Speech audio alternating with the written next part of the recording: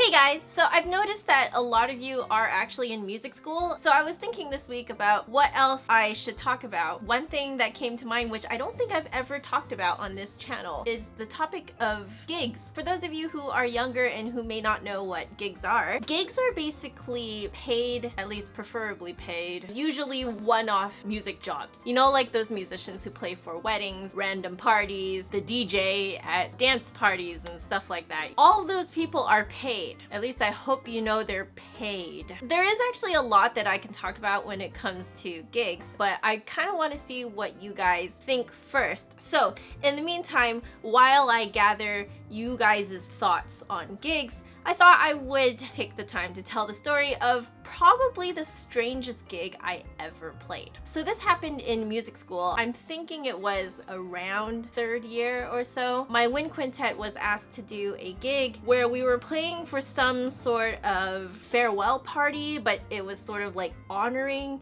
this guy who did really important things. I don't actually really know what that party was about and who it was for, but the hiring process happened through the school. Those of you who are in music school probably know this already. You can opt to be put on the gig list in your music school, and then people in the surrounding area can actually go to the music school and hire student musicians, especially because people think that they can get away paying very cheap prices to students, even though we're broke enough as is already. We normally charged $75 an hour per player. This gig gave us $50 for 2 hours. You can do the math. We ended up saying yes to this gig because it was sort of somehow connected with our coach. When they contacted us, they did tell us that dinner was going to be included, so we were going to get food. For musicians, free food is pretty good. I mean, if you're going to pay us less but feed us, we'll probably take you up on that offer. Because not only are musicians broke, they're usually always hungry. However, when we got there, usually our policy is that we receive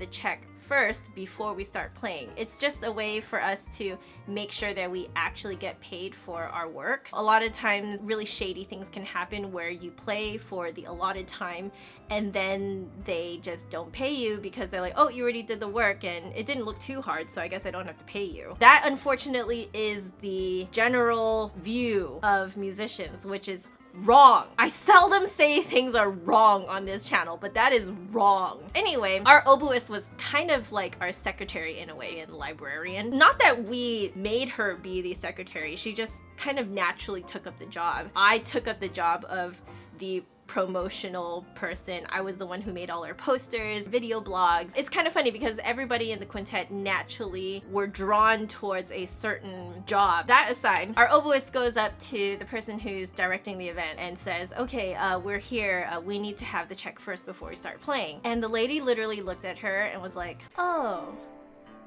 I forgot to include you guys in our budget. What?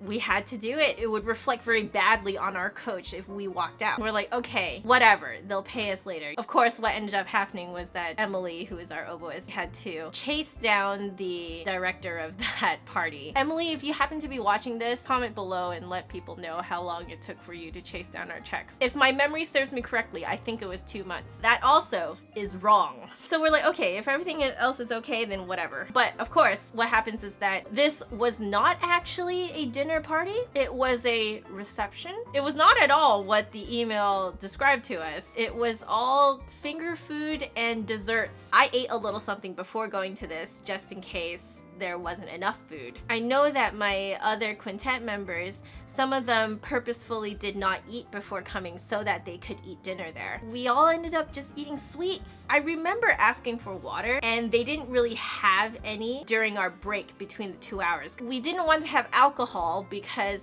that would definitely affect our playing. So we had pop. This is in Canada, so it's called pop, not soda. Now, if you think about it, after an hour of playing, we were all on empty stomachs and we filled our stomachs with sugar and more sugar. The first hour was already starting to get a little bit rickety towards the end because we were getting hungry. And when you're hungry, your brain kind of shuts down while you play. You miss a couple of notes, you miss a couple of rests, you get lost a little bit. The energy level is going very, very downhill. Then we fill up on sugar, sugar, sugar, and then we play for another hour on a sugar high. We rush everything, but we're all rushing in 5 different tempos. When you're on a sugar high, it's hard to concentrate, especially if you are counting bars of rest. We did things in that last hour of playing that we didn't even think we were capable of doing, and not in the good sense. I would say at most 15 minutes into the second hour, we felt like crap. Physically, because our stomachs were literally empty except for the sugar. This is a wind quintet, okay? So we're pumping out a lot of air, which of course is making our stomachs feel kind of queasy. Mentally, we can't get it together because we're on a sugar high. And then because we sound like crap, our morale just...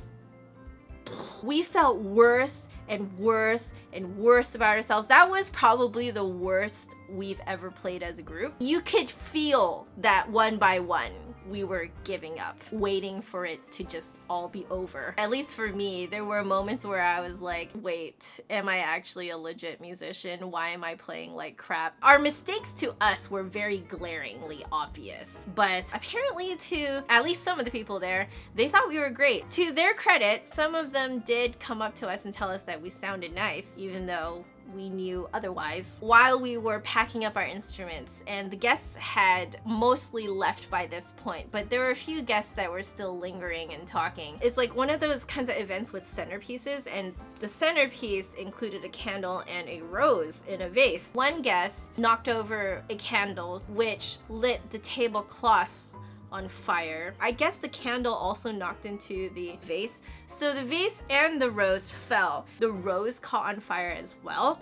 And then the rose popped and it fell onto the floor, which of course then made the floor catch on fire. 4 out of the 5 of us who are in this quintet see what's going on, and we're like, holy crap. My gut reaction was just to stop cleaning my flute and just pack up. I was just going to bolt, just noping the hell out of that situation. 3 of the other members also did the exact same thing, but the bassoonist, who was actually subbing in for a different bassoonist, at that point there was water in pitchers on the side, so she grabbed the water pitcher, ran over and just doused the whole thing with water, and she saved the day. The fire was put out, everything was fine. So yeah, there you go. That was the worst gig that I've ever played in, but makes for a good story. Ironically, it is the one gig that I remember the most of. I don't even actually remember in as much detail the really, really good gigs that we've had. So what about you guys? Have you guys been in really terrible gigs?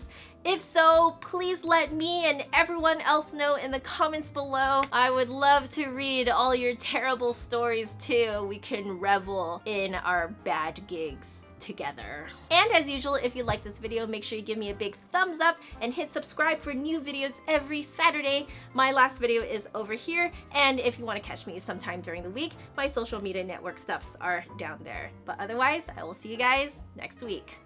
Bye. For musicians, when it comes to being paid, that's when we can do math. At all other times, we can only count to 4.